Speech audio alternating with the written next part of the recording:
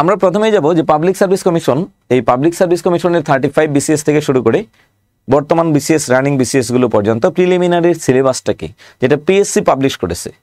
Public service commission যে syllabus বাংলার জন্য প্রকাশ করেছে, এই সিলেবাসটা আমরা চলুন একটু আলোচনা করব, যেন আজকের পরে কে কোন বই পড়বেন, কে কোথা থেকে পড়বেন, কিভাবে পড়বেন, কোন অংশে বেশি গুরুত্ব দেবেন, যেন নিজেরটা নিজে ধরতে পারেন। এই বিষয়টা একটু মাথায় রাখবেন, যেন নিজেরটা নিজে একটু ধরতে পারেন, এই বিষয়টা একটু মাথায় রাখবেন। চলুন আমরা একটু দেখি যে বিসিএস এর সিলেবাসটা কি। আমরা জানি যে এই সিলেবাসটা আমরা সচরাচর মোটামুটি সবাই ধরতে পারি যে সিলেবাসটা কি হয়, কেমনে হয়, কিভাবে হয়, কিন্তু পরীক্ষার হলে যাওয়ার পরে আমরা একটু গুলিয়ে ফিরি যে আমি কি এটা পড়েছিলাম, আমার কি এটা পড়া হয়েছিল, বা আমি কি এটা পারি, বা আমি এখন 47 বিসিএস এর প্রিপারেশন নেব অথবা 48 বিসিএস এর প্রিপারেশন নেব, তাহলে আমি কোন কোন অধ্যায়কে কেমন গুরুত্ব দেব। আমরা প্রথমে যাচ্ছি আমাদের 47 পিএসসি এর বাংলা অংশের সিলেবাসটা নিয়ে। বাংলা অংশের সিলেবাসে কি আছে দেখুন। আমাদের পিএসসিতে বাংলাতে পূর্ণ নাম্বার হচ্ছে 35। 200 নম্বরের মধ্যে 5 মার্ক হচ্ছে এক এক সময়ে এক একটা বিসিএস এ এক এক ধরনের হয়। তার মধ্যে 35 নম্বরই হচ্ছে বাংলা। সর্বোচ্চ নাম্বার দুইটা বিষয়, সেটা হচ্ছে এককভাবে দুটি বিষয়, সেটা হচ্ছে বাংলাতে 35, ইংরেজিতে 35। সাধারণ জ্ঞানে অবশ্যই এর অনেক বেশি, যদিও ওখানে আলাদা আলাদা নামে নামকরণ করা হয়। বাংলাদেশ বিষয়াবলী 30, আন্তর্জাতিক বিষয়াবলী 20, ভূগোল নৈতিকতাতে 10। হ্যাঁ, এখন আসুন ওখানে আলাদা আলাদা মার্ক করা। আমরা যাব, আপনারা প্রথম ক্লাসে আমাদের শ্রদ্ধেয় এসএলএম স্যারের ক্লাসে ছিলেন দ্বিতীয় দিন, সম্ভবত তৃতীয় দিন। স্যার অনেক সুন্দর করে সাহিত্য অংশটি অ্যানালাইসিস করেছিলেন। সাহিত্য অংশে আমাদের মার্ক থেকে 15 আধুনিক যুগ আর 5 হচ্ছে মধ্যযুগ, তার মানে সাহিত্য অংশ থেকেই নাম্বার থাকবে 20। তবে এখানে একটা শব্দ বলে রাখি, সেটা হচ্ছে এখানে চাইলেও 20-এ 20 ওঠানো অনেক কঠিন, কারণ 2-4টা প্রশ্ন থাকে যে প্রশ্নগুলো সচরাচর 2-4টা বই থেকে পাওয়া যায় না। অর্থাৎ বিসিএস এর জন্য বাজারে প্রচলিত যে বইগুলো রয়েছে এখান থেকে 100% কমন পাওয়া যায় না, অথবা যারা একটু ভালো জ্ঞান অর্জন করেছেন, গভীরভাবে জ্ঞান অর্জন করেছেন, ওনারা এই প্রশ্নের উত্তর দিতে পারবেন। এছাড়া এই 25-এর মধ্যে, এই 20-এর মধ্যে আমরা চাইলেই 10, 12, 14 ওঠাতে পারি, কিন্তু ব্যাকরণে যেটা হয় 15 থেকে 15 নাম্বার ওঠানো সম্ভব। 15 থেকে 15 ওঠানো সম্ভব, এটা আমরা একটু অ্যানালাইসিস করবো আজকে। আমাদের ব্যাকরণের সিলেবাসটা কি একটু দেখুন তো। প্রয়োগ অপপ্রয়োগ, প্রথম পার্টটা হচ্ছে কি প্রয়োগ এবং অপপ্রয়োগ, মানে কোনটাকে প্রয়োগ করা যাবে, অর্থাৎ কোনটা সঠিক কোনটা ভুল ব্যাকরণের দৃষ্টিতে, এটাকে বলে প্রয়োগ অপপ্রয়োগ। বানান ও বাক্য শুদ্ধি, এই দুইটা শব্দ দ্বারা আপনার মাথার উপর দুনিয়ার যত বোঝা আছে, যত অধ্যায় আছে সব ঢুকিয়ে দিয়েছে। পিএসসি এত চালাক। এখন আমি শেষ থেকে আসতেছি ঘুরে। সমাস আসবে একটা প্রশ্ন, সন্ধি থেকে একটা প্রশ্ন আসবে, প্রত্যয় থেকে একটা প্রশ্ন আসবে, বাক্য প্রকরণ থেকে একটা প্রশ্ন আসবে, পদ প্রকরণ থেকে একটা প্রশ্ন আসবে, শব্দের শ্রেণী বিভাগ অথবা শব্দের বিন্যাস যেটা, এই শব্দের শ্রেণী বিন্যাস থেকে একটা প্রশ্ন আসবে, ধ্বনি বর্ণ সংযুক্ত বর্ণ ধ্বনি পরিবর্তন থেকে প্রশ্ন আসবে। তাহলে এই শব্দটা হচ্ছে কি বিপরীত শব্দ, মুখস্থ পাঠ, সমার্থক শব্দ, পারিভাষা বা পারিভাষিক শব্দ। এর বাইরে দুইটা অধ্যায় দিয়েছে। দুইটা অধ্যায় দিয়ে কি বলেছে জানেন? দুনিয়াতে, আল্লাহর দুনিয়ায় যত শব্দ আছে, আল্লাহর দুনিয়ায় ব্যাকরণের যত পার্ট আছে সব পড়ো। কোন অধ্যায়ের মাধ্যমে পড়বেন? একটা হচ্ছে প্রথমে লিখে অপপ্রয়োগ, প্রয়োগ, বাক্য শুদ্ধি, বানান শুদ্ধি। বাক্য শুদ্ধি করতে গেলে, বাক্য শুদ্ধ করতে গেলে আপনাকে পুরো ব্যাকরণটা পড়ে এরপরে আসতে হবে। কখনো কর্তৃবাচ্য থেকে কর্মবাচ্য জনিত ভুল হতে পারে, কখনো প্রত্যয় জনিত ভুল হতে পারে, কখনো পুরুষ এবং স্ত্রীবাচক শব্দের জটিলতা জনিত ভুল হতে পারে। তার মানে কি, আপনাকে বলছে এই কয়টা পড়বেন, এরপরে বলছে বাকি দুনিয়ার যা আছে সব পড়বেন। তার মানে প্রয়োগ অপপ্রয়োগ এমন একটা অধ্যায়, যে অধ্যায়টা বোঝার জন্য আপনাকে টোটাল ব্যাকরণটা ভালো করে বুঝতে হবে। আর ব্যাকরণটা এতটাই ইজি, আপনি চাইলেই খুব সহজ করে বুঝতে পারবেন, আপনি চাইলেই বোঝা সম্ভব। তাহলে চলুন আমরা ব্যাকরণ অংশ, যেহেতু সাহিত্য অংশ স্যার আমাদেরকে এটা পড়িয়েছেন, আমরা আজকে এই অংশে যাব না, আমরা শুধু ব্যাকরণ অংশের সিলেবাসটা দেখলাম। কিন্তু সিলেবাসটা দেখতেই যত ছোটই মনে হোক না কেন, এত ছোট বাংলা ব্যাকরণের সিলেবাস না। পিএসসির সিলেবাস যখন আমরাও বিসিএস দিতাম, দেওয়ার সময় আমরা ভাবতাম কি ছোট সিলেবাস। বাংলাদেশ বিষয় বলে ধরলে অনেক বড় সিলেবাস, এমনকি নৈতিকতা সুশাসনের সিলেবাস ধরলেও দেখা যায় প্রায় 1 পৃষ্ঠা হয়ে যায়। আর বাংলা ব্যাকরণে আসলে কোনো সিলেবাসই নাই, 2 লাইনে পুরো সিলেবাস দিয়ে দিয়েছে। কিন্তু ভিতরে কতটা ডিপ, কতটা গভীর, আমরা আজকে এই বিষয়টাকে বিস্তারিত আলোচনা করব। আপনার দরকার হচ্ছে এই অংশটুকু, 35 বিসিএস থেকে 46, 35তম বিসিএস থেকে 46তম বিসিএস প্রিলি পরীক্ষায় আসা বিগত বছরের প্রশ্নাবলী। আমরা একেবারে খুঁটিনাটি ধরে ধরে পড়বো যে কোন বিসিএস এ কোন অধ্যায় থেকে কয়টা করে প্রশ্ন এসেছে। একটা একটা করে বিসিএস ধরবো। 35 থেকে কেন ধরলাম, তাহলে 34 থেকে ধরি নাই কেন? 35 থেকে বিসিএস এ ধরি নাই। আপনারা একজন প্রশ্ন করেছেন স্যার কারক তো বাদ দিয়েছে বিসিএস পরীক্ষায়, কিশোর নন্দী। এখন আসুন যে কারক তো বাদ দিয়েছে, এই তো ঝামেলা, কারক তো বাদ দিয়েছে, আমার সিলেবাসে তো কারক নাই। গত বিসিএসেও একটা প্রশ্ন আসছে কারক থেকে। রবীন্দ্রনাথ ঠাকুর কোন কারক বাদ দিতে চেয়েছিলেন? 40তম বিসিএসে আসছে কারকের সংজ্ঞা, বাক্যস্থিত নামপদের সাথে ক্রিয়াপদের সম্পর্ককে কি বলে? কারক। একটা বাক্যে ক্রিয়াপদের সাথে অন্যান্য পদের যে সম্পর্ক থাকে তার নাম কি? কারক। এরপর একটা প্রশ্ন আসছে যে নিচের কোনটি বিভক্তি যুক্ত? তাহলে এখন দেখুন পিএসসি কি চালাক, ওই যে প্রয়োগ অপপ্রয়োগ নামে যে অধ্যায়টি দিয়েছেন এই অধ্যায়ের অন্তর্ভুক্ত সবগুলোতেই করে দিয়েছে, সব বাকি যা আছে সব এটার ভিতরে। বিষয়টা অনেকটা এরকম। এখন আসেন, হ্যাঁ আমি আপনাকে এটাই বলতে চাচ্ছিলাম যে এটা একটু বুঝতে হবে। রবীন্দ্রনাথ ঠাকুর কোন কারক বাদ দিতে চেয়েছেন? সম্প্রদান কারক। কেন বাদ দিতে চেয়েছেন, কি উদ্দেশ্যটা কি ছিল, এটা আমরা আমাদের কারকের ক্লাসে বিস্তারিত বলে থাকি, অথবা আমাদের বিদ্যাবাড়ির ইউটিউব চ্যানেলে আপনি চাইলে এই জাতীয় বিস্তারিত ক্লাস আছে, আপনারা একটু দেখে নিতে পারেন। ওকে, চলুন আমরা একটু আলোচনা করবো। এখন আপনার কাজ হচ্ছে একটু বুঝতে হবে ঠান্ডা মাথায়। আমরা প্রথমে ধরবো 35 বিসিএস, যেটা বলতে চাচ্ছিলাম 34 ধরে নাই কেন, 35 থেকে পিএসসি যে সিলেবাস দিয়েছে এই সিলেবাস অনুযায়ী আমাদের এখনো বিসিএস পরীক্ষা হচ্ছে। আর সামনে যে পরীক্ষা হবে যদি বিশেষ কোনো কারণে সিলেবাস চেঞ্জ না করে, এবং আমরা যতটুকু জানি সিলেবাস চেঞ্জ করার কোনো কারণ পিএসসির হাতে নেই, আশা করি করবেও না, তাহলে আপনাকে এই বিষয়টা একটু ভালো করে খেয়াল করতে হবে। আপনি যে পরীক্ষায় দেন না কেন, আমি বারবার বলছি, আপনি যে পরীক্ষায় দেন না কেন, আপনি এনটিআরসি এর মাধ্যমে শিক্ষক হবেন, অথবা প্রাথমিক বিদ্যালয়ের শিক্ষক হবেন, অথবা ধরেন আপনি ব্যাংকার হবেন, অথবা আপনি 11 থেকে 20 অথবা বিসিএস যে পরীক্ষায় দেন না কেন, এইটা দেখার পর আপনার মাথার মধ্যে এটা ঢুকে যাবে যে আমার এই অধ্যায় থেকে বাংলা ব্যাকরণের প্রশ্ন বেশি আসে, আমার এই অধ্যায়গুলোকে বেশি করে পড়তে হবে, এই অধ্যায়ের মধ্যে আমার দুর্বলতা কোন জায়গাগুলো ওইগুলোকে খুঁজে বের করতে হবে, আর ওইগুলোতে বেশি করে সময় দিতে হবে সকল চাকরির জন্য। চলুন আমরা একটু দেখি 35 বিসিএস। 35 বিসিএস এর অংশগুলো কি কি ছিল? 35 বিসিএস আমাদের অধ্যায়গুলো দেখুন। ধ্বনি, এক হচ্ছে কি ধ্বনি, 2 বর্ণ, 3 শব্দ, শব্দ মানে কোনটা কোন ভাষার শব্দ এই প্রশ্নটা, সন্ধি, প্রকৃতি ও প্রত্যয়, পদ, সমাস, বাক্য, বানান শুদ্ধি ও বাক্য শুদ্ধি, প্রয়োগ অপপ্রয়োগ, পরিভাষা, সমার্থক শব্দ ও বিপরীত শব্দ। অর্থাৎ আমাদের সিলেবাসের যে অংশগুলো এই সিলেবাসের অংশগুলো নিয়ে আমরা আলোচনা করব। 35 বিসিএস এ ধ্বনি থেকে 2টি প্রশ্ন আসছে। ধ্বনি আর বর্ণ একই জিনিস। ধ্বনি হলো যেটা আমরা মুখে মুখে উচ্চারণ করতে পারি, আর বর্ণ হচ্ছে যেটাকে লিখে দেখানো যায়, তাকে বলে বর্ণ। ধ্বনি থেকে আসা আর বর্ণ থেকে আসা একই কথা প্রায়। 2 শব্দ থেকে আসছে যে উৎস হিসাবে কোনটা কোন ভাষার শব্দ। সন্ধি থেকে প্রশ্ন আসছে একটি, প্রত্যয় থেকে এসেছে একটি, পদ থেকে এসেছে একটি। যখন আমার পড়ানো শেষ হবে, লাস্ট মাথায় চলে যাব, তখন আপনাকে মনে রাখতে হবে আপনি আজকের ক্লাসের মূল সারমর্মের কিছুটা অংশ জেনেছেন। অর্থাৎ বাংলা ব্যাকরণ কোনটা কোনটা পড়া প্রয়োজন আর কোনটা কোনটা পড়া প্রয়োজন না, কোনটা বেশি প্রয়োজন কোনটা কম প্রয়োজন, যখন আমি এই মাথায় আসবো তখন আপনি এটা ক্লিয়ার হবেন যে আমি আজকের এই ক্লাসের মানে সারাংশটা আমি বুঝতে পেরেছি। তাহলে বাংলার জন্য আমার মেন্টর আমি, কোনো স্যারের কাছ থেকে বলা লাগবে না যে স্যার আমাকে একটু সাজেশন দেন, আমি সামনে এই পরীক্ষা আছে আমাকে একটু সাজেশন দেন।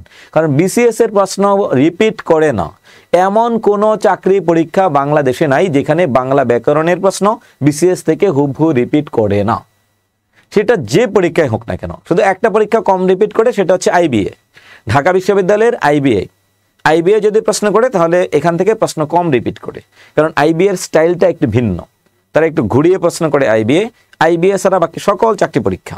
আর পিএসসি যত পরীক্ষা করুক, সেটা ক্যাডার হোক নন ক্যাডার হোক, ধরন একটাই, ঘুরে ঘুরে পিএসসির পরীক্ষার ধরন একটাই। বর্তমানে প্রতিনিয়তই বিভিন্ন মন্ত্রণালয় বা অধিদপ্তরে বিভিন্ন ধরনের নিয়োগ বিজ্ঞপ্তি প্রকাশিত হচ্ছে। এই নিয়োগ বিজ্ঞপ্তির বেশিরভাগ পদগুলোই হয়ে থাকে 11 থেকে 20তম গ্রেডের। এছাড়াও অনেক মন্ত্রণালয়ে 9ম এবং 10ম গ্রেডেও নিয়োগ বিজ্ঞপ্তি প্রকাশিত হচ্ছে। কিছুদিন পূর্বেও পিএসসি কর্তৃক প্রকাশিত হয়েছিল 1ম এবং 2য় শ্রেণীর জবের জন্য নন ক্যাডারের বিজ্ঞাপন। এছাড়াও খুব শীঘ্রই আসতে চলেছে প্রাইমারির নিয়োগ বিজ্ঞপ্তি, যেখানে প্রায় 40,000-এর মতো শূন্য পদ রয়েছে। এছাড়াও এছাড়াও 19তম শিক্ষক নিবন্ধনের জন্য নিয়োগ বিজ্ঞপ্তি প্রকাশিত হতে পারে এই বছরের শেষের দিকে। আপনি যদি নিজেকে একজন সরকারি কর্মকর্তা বা কর্মচারী হিসেবে নিজেকে প্রতিষ্ঠিত করতে চান, তাহলে এখনই সময় নিজেকে সঠিকভাবে প্রস্তুত করার। আর নিজেকে সঠিকভাবে প্রস্তুত করার জন্য আপনাকে রাখতে হবে চাকরির পরীক্ষার জন্য সর্বোচ্চ প্রস্তুতি, যেন আপনি খুব সহজেই সর্বোচ্চ নম্বর অর্জন করতে পারেন। আর এই সফলতা একদিনে বা অল্প কিছুদিনে আসবে না। চাকরির পরীক্ষায়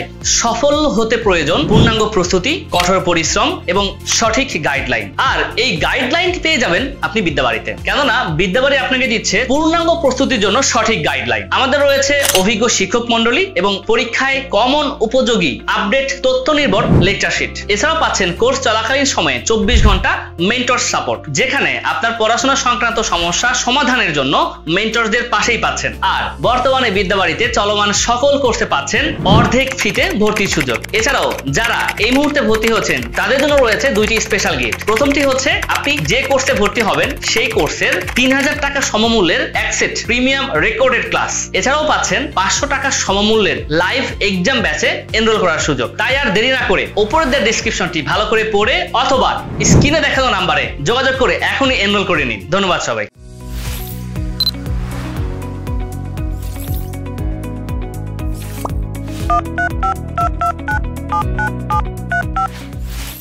35 BCS আছে। সমাস থেকে একটি প্রশ্ন এসেছে, বাক্য থেকে একটি প্রশ্ন এসেছে, বাক্য শুদ্ধি এবং বানান শুদ্ধিকরণ। দেখুন, বাক্য শুদ্ধি এবং বানান শুদ্ধি এটার মানে কি?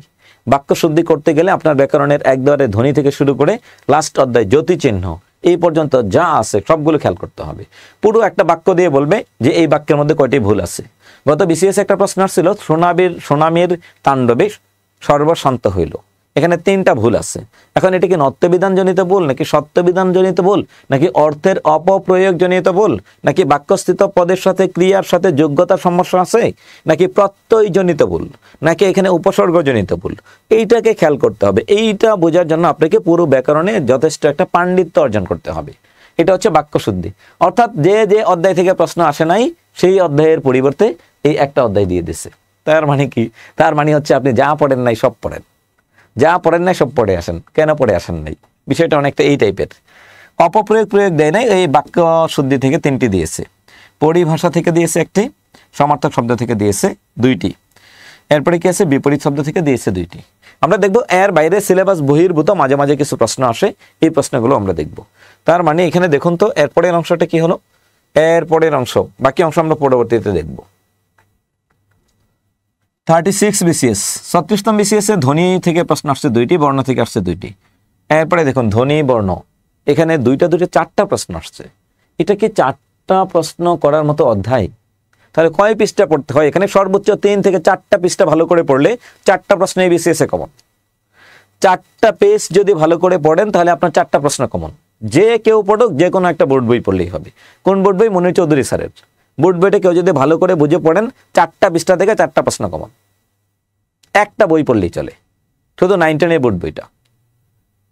শব্দ থেকে একটা প্রশ্ন আসছে, সন্ধি থেকে একটা প্রশ্ন এসেছে, প্রত্যয় থেকে প্রশ্ন এসেছে 1টি, পদ থেকে আসছে 2টি, সমাস থেকে এসেছে 1টি, বাক্য থেকে 1টি, বানান শুদ্ধিকরণ থেকে 1টি, অপপ্রয়োগ থেকে 1টি, পরিভাষা থেকে 1টি, সমার্থক শব্দ থেকে 1টি, বিপরীত আসে নাই। এখানে একটাতে 2টা প্রশ্ন এসেছে। তাহলে আমরা একটু চেক করি। 2, 2, 4, 5, 6, 7, 8, 9, 10, 11, 12, 13, 14, 15টা প্রশ্ন অলরেডি এসেছে। 37 BCS ধ্বনি থেকে আসছে 2টি, এরপরে কি আছে? শব্দ থেকে আসছে 2টি, সন্ধি থেকে আসে নাই, বর্ণ থেকে আসে নাই, প্রত্যয় থেকে আসে নাই, পদ প্রকরণ থেকে আসে নাই, সমাস থেকে প্রশ্ন আসছে 2টি। তার মানে স্যারে যখন প্রশ্ন ধরেছেন, যেই স্যার প্রশ্ন করেছেন, প্রশ্নকর্তা স্যার যখন ধরেছেন তখন এই অধ্যায় থেকে 2টা করে প্রশ্ন দিয়েছেন। যে অধ্যায় ধরেছেন সেটা থেকে 2টা, তার মানে যেটা ধরেন নাই সেটা বাদ। এরপরে দেখুন বাক্য থেকে প্রশ্ন করেছেন 1টি, বানান ও বাক্য শুদ্ধিকরণ 1টি, প্রয়োগ অপপ্রয়োগ থেকে 1টি, পরিভাষা থেকে 2টি প্রশ্ন করেছেন, সমার্থক শব্দ থেকে কয়েকটি প্রশ্ন করেছেন, সমার্থক শব্দ থেকে 2টি। শেষ। 38 BCS একটা অধ্যায় বাদ দেয়, শুধুমাত্র পদ থেকে বাদ দেওয়া হয়েছে। আর সবগুলো থেকে 1, 1, 2, শব্দ থেকে 2টি, 1, প্রত্যয় থেকে 2টি। এখন আসুন, যারা যারা ভাবেন প্রত্যয় আমি পড়বো না, প্রত্যয় কঠিন, আসলে এত কঠিন না। এরপরে আসুন হচ্ছে এর পরবর্তী অংশে আসতেছি। সমাস থেকে 1টি প্রশ্ন এসেছে, বাক্য থেকে 1টি, বানান শুদ্ধিকরণ, প্রয়োগ অপপ্রয়োগ, পরিভাষা, সমার্থক, বিপরীত, সবগুলো থেকে প্রশ্ন এসেছে। 39 বিসিএস শুধু ডাক্তারদের জন্য স্পেশাল ছিল, স্পেশাল। ধ্বনি থেকে একটি, শব্দ থেকে একটি, সন্ধি থেকে একটি, প্রত্যয় থেকে দুটি, সমাস থেকে একটি। এরপরে কি আছে, প্রয়োগ অপপ্রয়োগ থেকে একটি, পরিভাষা থেকে একটি, সমার্থক দুইটি, বিপরীত একটি। এটা হচ্ছে স্পেশাল বিসিএস ছিল, বিশেষ বিসিএস ডাক্তারদের জন্য শুধু বিশেষ। 40তম বিসিএস ধ্বনি এবং বর্ণ থেকে আসে নাই, সন্ধি থেকে, শব্দ থেকে আসছে দুইটি, এরপরে সন্ধি থেকে আসে নাই, সমাস থেকে প্রত্যয় থেকে আসছে দুইটি। এরপরে কোথা থেকে আসছে, বাক্য থেকে একটি, পরিভাষা থেকে একটি, সমার্থক দুইটি, এরপরে বিপরীত একটি। তাহলে এখানে একটু খেয়াল করেন তো, 2 আর 1 3 আর 1 4 5 6 7 8 9। বাকি প্রশ্ন কোথায়? বাকি প্রশ্ন সিলেবাসের বাইরে থেকে আসছে, তাহলে সিলেবাসের ভিতর থেকে প্রশ্ন করেনি। তাহলে যেহেতু সিলেবাসের ভিতর থেকে প্রশ্ন করেনি, বাইরে থেকে কোন কোন অধ্যায় থেকে প্রশ্ন আসে আমরা এটা দেখবো একটু। 41তম বিসিএস ধ্বনি থেকে। দেখুন আগে বিসিএস যেখান থেকে প্রশ্ন করে নাই, পরবর্তী বিসিএস 4টা প্রশ্ন করা হয়েছে 2টা অধ্যায় থেকে। তার মানে আবার পরবর্তী 42-এ দেখবো হচ্ছে ডাক্তারদের বিসিএস, এখান থেকে কোনো প্রশ্নই নেই। তার মানে আপনাকে এটা বাদ দেওয়ার কোনো সুযোগ নাই যে আমি ধ্বনি থেকে কোনো প্রশ্ন পড়বো না, ধ্বনি থেকে প্রশ্ন পড়বো না, কারণ একটা বিসিএসে এসেছে আরেকটাতে আসে নাই, একটা বিসিএসে এসেছে আরেকটা বিসিএসে আসে নাই, এটা এরকম না। তার মানে পরের বিসিএসে আসার সম্ভাবনা রয়েছে। এরপরে দেখুন কি আছে, শব্দ প্রকটন। শব্দ থেকে একটি আসছে, সন্ধি থেকে আসে নাই, প্রত্যয় থেকে আসছে, পদ থেকে আসে নাই, এরপরে আসছে সমাস থেকে, বাক্য থেকে, অপপ্রয়োগ প্রয়োগ, বাক্য শুদ্ধি থেকে, সমার্থক থেকে আসছে। আরো 2-1টা প্রশ্ন আসছে সিলেবাস বহির্ভূত। 42 বিসিএস ডাক্তার, শব্দ থেকে আসছে, প্রত্যয় থেকে এসেছে, বাক্য থেকে এসেছে, প্রয়োগ অপপ্রয়োগ, এরপরে সমার্থক, বিপরীত থেকে, সবগুলো থেকে প্রশ্ন এসেছে। এই দুইটা আপনাদের অ্যানালাইসিস না দেখলেও চলবে, যেহেতু এটা সামনের বিশেষ বিসিএস এর সম্ভাবনা খুব একটা নাই বললেই চলে। 43তম বিসিএস এ আসছে ধ্বনি থেকে 2টি, বর্ণ থেকে একটি, শব্দ থেকে একটি। আসে নাই কোথা থেকে? সন্ধি থেকে। প্রত্যয় থেকে একটি। আসে নাই কোথা থেকে? পদ থেকে, সমাস থেকে একটি। এরপরে কি আছে, বাক্য থেকে প্রশ্ন আসছে 2টি, প্রয়োগ অপপ্রয়োগ থেকে প্রশ্ন আসছে, এরপরে সমার্থক থেকে প্রশ্ন আসছে, পারিভাষিক থেকে। 44তম বিসিএস লেটেস্ট বিসিএস ধ্বনি থেকে একটি।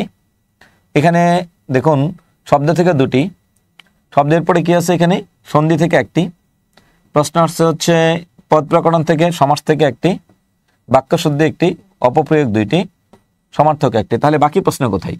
15টা প্রশ্ন তো আমাকে দিতে হবে। 15টা প্রশ্ন তো পিএসসি করেছে, কারণ 200টা প্রশ্ন মধ্যে মিনিমাম 15টা প্রশ্ন করেছে। 1 2 3 4 5 6 7 8 9টা প্রশ্ন দেখছি, তার মানে 6টা প্রশ্ন আসছে সিলেবাস বহির্ভূত। 44তম বিসিএস থেকে পিএসসিতে শুরু হয়েছে আলু রাউন্ড। কাটমার্ক কি 100 নাকি 110, 110 নাকি 115, 115 নাকি 120, 120 নাকি 125, এখানে একটু দ্বিধাদ্বন্দ্ব সৃষ্টি হয়েছে।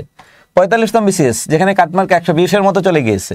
ধ্বনি থেকে প্রশ্ন আসছে 2টি, বর্ণতে নাই, শব্দতে নাই, সন্ধিতে নাই। আসছে কোথা থেকে? প্রত্যয়। আসছে কোথা থেকে? সমাস। এরপরে নাই নাই নাই, এরপরে আসছে কি? অপপ্রয়োগ। এরপরে একটা সমার্থক, একটা পারিভাষিক। 1 2 3 4 5 6 7 8। তার মানে এখানে 8টা প্রশ্ন আমরা দেখতে পাই সিলেবাস থেকে আসছে। সিলেবাসের বাইরে থেকে আসছে কয়টা? 7টা প্রশ্ন। 7টি প্রশ্ন আসছে সিলেবাসের বাইরে থেকে। তার মানে কি আপনি প্রথমে এক লাইনের সিলেবাস দেখে দেখে প্রস্তুতি নিলেই শেষ? না, শেষ না। 46তম বিসিএস ধ্বনি থেকে একটি, বর্ণ থেকে একটি, শব্দ থেকে 2টি। এরপরে কি আছে? সন্ধি থেকে প্রশ্ন আসছে একটি। এরপরে প্রশ্ন আসছে প্রত্যয় থেকে। এরপরে আসছে হচ্ছে সমাস থেকে, প্রয়োগ অপপ্রয়োগ থেকে। প্রয়োগ অপপ্রয়োগের পরে আসছে হচ্ছে পরিভাষা, সমার্থক, বিপরীত। তাহলে আমরা একটু এই রোটা দেখুন, কোন অধ্যায় থেকে প্রশ্ন আসে নাই এমন কোনো বিসিএস নাই। দেখেন তো এরকম আছে কিনা। প্রত্যেকটা অধ্যায় থেকে, শব্দ থেকে একবার আসে না, একটা মিস্টেক হয়েছে। প্রায় ম্যাক্সিমাম অধ্যায়গুলো থেকে প্রশ্ন আসে। আপনি 13টা অধ্যায় পড়েও 13টা প্রশ্নে পাচ্ছেন না। ব্যাকরণের 13টা প্রশ্ন পড়েও কিন্তু আপনি 13টি প্রশ্ন ধরতে পারতেছেন না। তার মানেটা কি? 13টা অধ্যায় পড়েও আপনি 13টা প্রশ্ন পারতেছেন না। আপনি এই মুহূর্তে এটার জন্য কি করবেন? এখানে গুরুত্বপূর্ণ অধ্যায়, বড় বড় অধ্যায়ের সংখ্যা মাত্র 8টি, আর বাকি সবগুলো ছোট ছোট অধ্যায়। চাইলে আপনি ছোট ছোট অধ্যায়গুলো পড়তে খুব বেশিক্ষণ সময় লাগবে না। ব্যাকরণটা অনুধাবন, বুঝার বিষয়। যারা ক্লাস করেছেন আমার ব্যাকরণের, ওনারা আশা করি বুঝতে পারবেন আমি ব্যাকরণ মুখস্থ বিশ্বাসী না। ব্যাকরণটা জাস্ট বুঝার বিষয়। প্রশ্ন কোন প্রান্ত থেকে আসবে এটা আপনার দেখা দরকার নেই। আপনার দেখা দরকার ব্যাকরণ থেকে এসেছে, ওকে ফাইনাল, আপনি উত্তর দিয়ে আসতে পারলেই হলো। আপনি প্রশ্নের উত্তর দিয়ে আসতে পারলে হবে। আচ্ছা, পরবর্তী অংশে যাচ্ছি আমরা। দেখুন তো, আপনি অ্যানালাইসিস করুন যে কোন কোন অধ্যায় থেকে আমাদের সবচেয়ে বেশি প্রশ্ন আসে। তাহলে আমরা পরবর্তী অংশে যাচ্ছি যে সিলেবাসের বাইরে থেকে কোন কোন অধ্যায় থেকে প্রশ্ন আসছে। দেখুন, সিলেবাসের বাইরে থেকে নত্য সত্য বিধান থেকে বেশ কয়েকটা প্রশ্ন আসছে বাংলা বানানের মধ্যে। শুধুমাত্র আমরা একটা রেখেছি, বাকিগুলো সরাসরি নত্য দিয়ে বলে নাই যেহেতু, সেইগুলো সবগুলো নিয়ে গেছে হচ্ছে বাংলা বানানে। অনেকগুলো প্রশ্ন আসছে। পুরস্কার বিতরণী অনুষ্ঠান অপরিষ্কার ছিল, কোনটি নত্য বিধান জনিত ভুল, এরকম প্রশ্ন ছিল একটা। কারক বিভক্তি আমাদের সিলেবাসে নাই, প্রশ্ন এসেছে একবার দুইটি, একবার একটি, একবার একটি। তার মানে আপনার বাদ দেওয়ার সুযোগ নাই, বাদ দেওয়ার আপনার কোনো সুযোগ নাই। বাগধারা আমাদের সিলেবাসে নাই, তাও প্রশ্ন আসছে 2টি, 3, 4, 5, 6, 7টি প্রশ্ন এসেছে। এরপরে কি আছে, এক কথায় প্রকাশ বা বাক্য সংকোচন আমরা যেটাকে বলি, বাক্য সংকোচন, এখানে প্রশ্ন আসছে 2টি, 1, 3, 4টি প্রশ্ন আসছে। 4টা বিসিএস, 3টা বিসিএস, 4টা প্রশ্ন এসেছে। উপসর্গ আমাদের সিলেবাসের অন্তর্ভুক্ত নয়, এখানে সরাসরি প্রশ্ন আসে নাই, কিন্তু 2টি প্রশ্ন আসছে, 2টি বিসিএস। এরপরে আসুন অন্যান্য, এর বাইরেও 1-2টা অধ্যায় থেকে মাঝে মাঝে প্রশ্ন এসেছে। এরপরে সর্বশেষ এসে দেখুন তাদের বর্ণের সিরিয়াল সংখ্যা সমান 15টা। তবে মনে রাখবেন 2-1টা প্রশ্ন এখানে একটু বেশি করে দিয়েছে, ওটাকে আমরা ইংরেজি সাহিত্যের সাথে ধরে দেব। 1-2টা পারিভাষিক বা হচ্ছে একটু ব্যতিক্রম অংশ। যেমন একটা প্রশ্ন এসেছিল গত বছর, অমন রমজানের ওই রোজার শেষে এলো খুশির ঈদ, এটা আমরা বাংলায় ধরিয়ে নিই, এটা আমরা ধরেছি সাধারণ জ্ঞানের অংশ। এরপরে প্রশ্ন এসেছিল প্রাণীর বান্ধব রে, বুড়ি হইলাম তোর কারণে, খাঁচার ভিতর চিন পাখি কেমনে আসে যায়। এই গানগুলোকে আমরা ধরেছি সাধারণ জ্ঞানের অংশের অন্তর্ভুক্ত করে, না হলে এখানে বাংলায় কখনো 17টা বা 18টা অংশগুলো চলে আসে। আচ্ছা, এখন আসুন 35-এর মধ্যে 36, 37, 38টা হয়ে যাবে, এরকম প্রশ্নের সংখ্যা হয়ে যায়। এখন আমরা আরেকটু দেখব যে এতক্ষণ আপনার এই অ্যানালাইসিস সিলেবাস বহির্ভূত, আগেরটা ছিল সিলেবাস। দুইটা দেখার পর আশা করি কিছুটা সেন্স কাজ করবে, আপনি আমার চেয়ে ভালো বুঝতে পারবেন ও আমার সমসাময়িকই বুঝতে পারবেন, আমি যা বুঝতে পারি। তার মধ্যে সমসাময়িক বুঝতে পারবেন কতটুকু অংশ, যে কোন অংশগুলো বেশি পড়া প্রয়োজন এবং কোন অংশগুলো কম পড়া প্রয়োজন, এই বিষয়গুলো একটু খেয়াল করবেন যে কোনটা কম পড়া প্রয়োজন আর কোনটা বেশি পড়া প্রয়োজন। আমরা এতক্ষণ দেখলাম শুধুমাত্র সিলেবাস আলোচনা, আমরা এতক্ষণ শুধু সিলেবাস আলোচনা করলাম যে বিসিএস প্রিলিমিনারি ব্যাকরণ অংশের জন্য কোন কোন অংশগুলো গুরুত্বপূর্ণ।